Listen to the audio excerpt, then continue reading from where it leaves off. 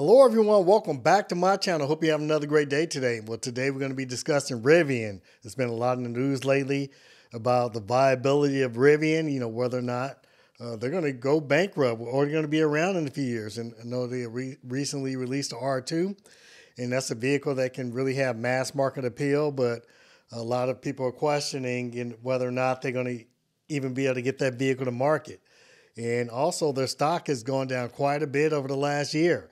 And we're going to talk about those things and the reason why they may be. And I'll give you my opinion on Rivian future. Just stay tuned to the end of the video. Let's go ahead and get into this. Okay, one of the first things we're going to talk about is affordability of vehicles. Vehicles are not really affordable nowadays. I know when I first purchased my Rivian back in 2023, the interest rates had gone up quite a bit from when I put my order in back in 2022. And I showed you exactly what I mean by that. And I'm going to show you the Fed funds rate, over a period of time. And, back when I first put my order in, which is back in January 2022, and the funds rate was pretty low. You can get a loan for maybe 1.5% at that point, maybe a little lower. They were lending money pretty cheaply.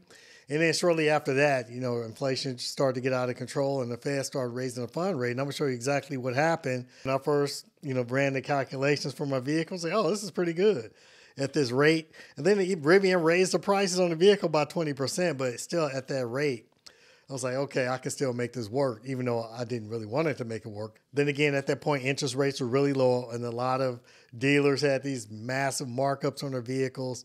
And so that was kind of within normal of what things were happening. But what they didn't know, I don't believe they perceived, is how quickly the Fed will raise these rates. And I'm going to show you right here.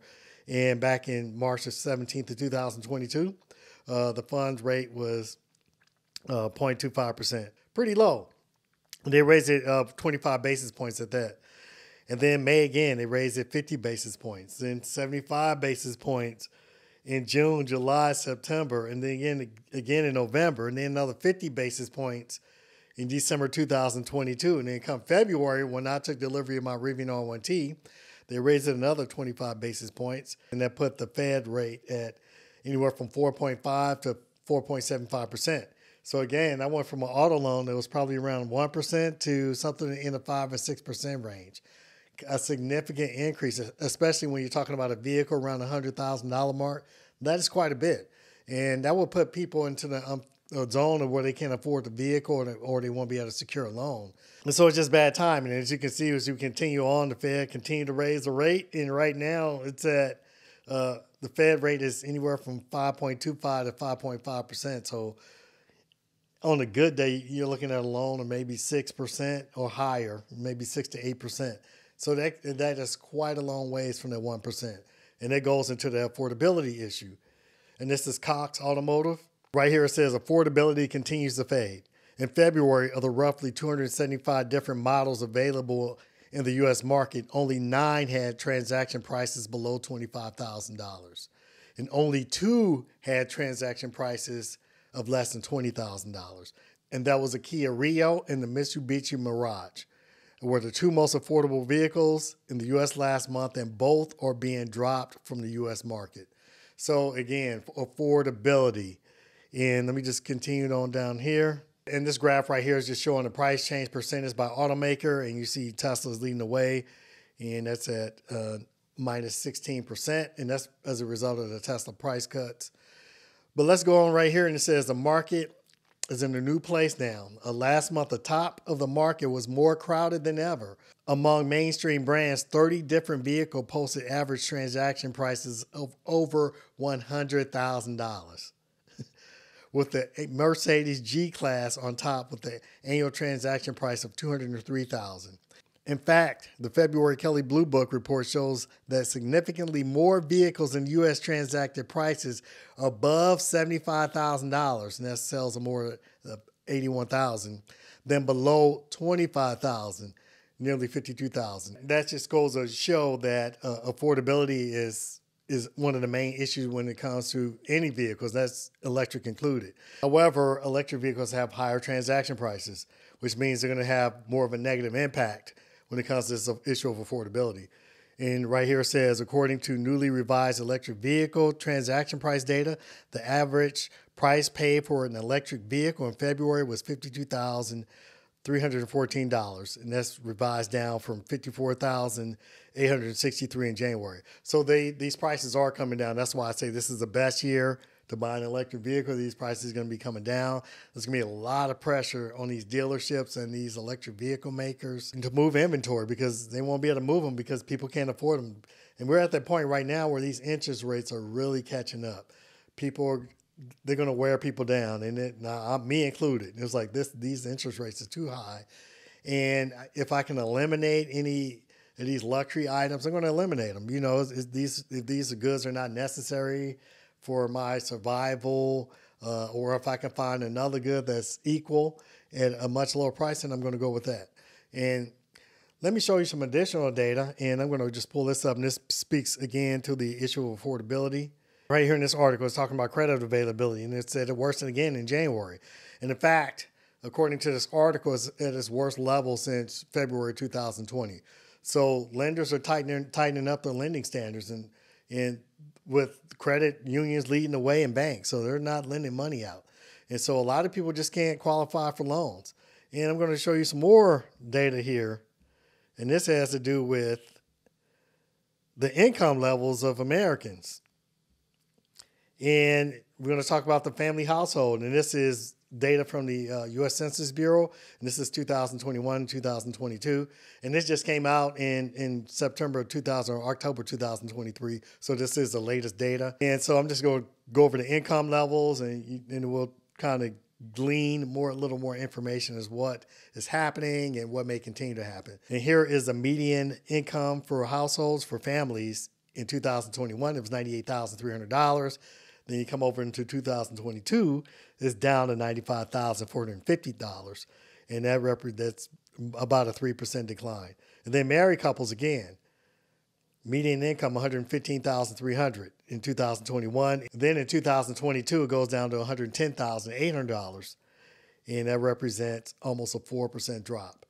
And then female household or no spouse present, and $55,170 in 2021. And then that goes up to $56,030 in 2022, and that represents a 1.6% increase. And then now we go to male householders. And average income, $76,050 in 2021. And then you go to 2022, and it goes down to $73,630, and that represents a drop of minus 3.2%. And so again, there's a downward trend, and these are the higher income people. And usually if you're looking at the demographics for electric vehicle ownership is normally man. And I kind of bring up the gender also for another reason, and I'll get into that on another video, but right now there's a gender gap when it comes to electric vehicle purchases, and men make up the majority of electric vehicle purchases. But we'll talk about that in another video. And now let's talk about the average transaction prices of vehicles. Again, this is Cox Automotive, and this is information for the month of February of 2024. And right here, we're just going to get right into the meat. And you see these big drops right here, negative 5.8%, negative 7.1, negative 9, negative 17.5. And if we look at the type of vehicles, full-size luxury SUV, Rivian R1S, luxury compact SUV, a crossover, luxury car, that could be Lucid, high-end luxury vehicle, again, Lucid again. And you see and then look at these transaction prices. Even in high-end performance cars are down 2.7%. So all of these right here, and this speaks to what I was saying before, that people are starting to get squeezed. These interest rates are getting higher, and people are just getting tired of paying. This is what the Fed was doing, is kind of designed to wear the consumer out and now these dealerships are starting to drop their prices. Okay, let's look at some additional information here. We're going to look at dealership incentives. And as you see right here on this graph, let me expand this out a little bit. And this is the average industry average transaction price versus industry average incentive spend as a percent of the average transaction price. And you see right here, this looking here is the average incentive. And you see this where it was before. Then in 2021, bottom dropped out. And now you see it climbing back up. And right now it's at 5 point, almost 6%. And also you see the transaction price of the vehicle coming down. And so there's a lot of things going. You see how these things are converging. And this is just speaking right now. The ball is going to be in the consumer's court this year. And what does that mean for Rivian? This is going to impact the entire auto industry. However, Rivian is going to have more of a negative impact, in my opinion, because they only sell electric vehicles. However, one of the benefits for Rivian is that they are the top seller of electric vehicles over $70,000. However, one of the biggest negatives as far as Rivian is concerned is that they're selling vehicles over $70,000. And that is not sustainable. And if you look at the R1S, those vehicles like $100,000. So, and I just showed you the data. That is the category that's going to take the biggest hit. And so what can Rivian do? Can they lower prices? And they're in a sensitive situation. Since they're a startup, they're going to have to be really price sensitive as far as lowering prices, because they do lower their price. It's going to signal to investors that, hey, we have a really serious demand issue. And so they have to be really careful and creative about how they're going to go about doing this. And one of the things that Rivian is doing, I have to give them a lot of kudos to, is they're lowering prices without lowering prices. And what they did is they introduced a new battery packs. And I believe, and I guess someone can confirm this, that they're just really limiting the range through software limitations. And so this is the same battery pack, but instead of you getting access to 350 miles of range, you're going to get access to 300 miles of range. And that's a very smart maneuver, especially if you're going to be leasing these vehicles. And then this gives an opportunity for later revenue later on down the road. So if someone wants to open up more range, they pay another $6,000. Now you got to have access to another 50 miles of range.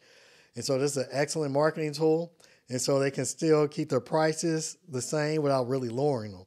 And another thing they did, had to cut production.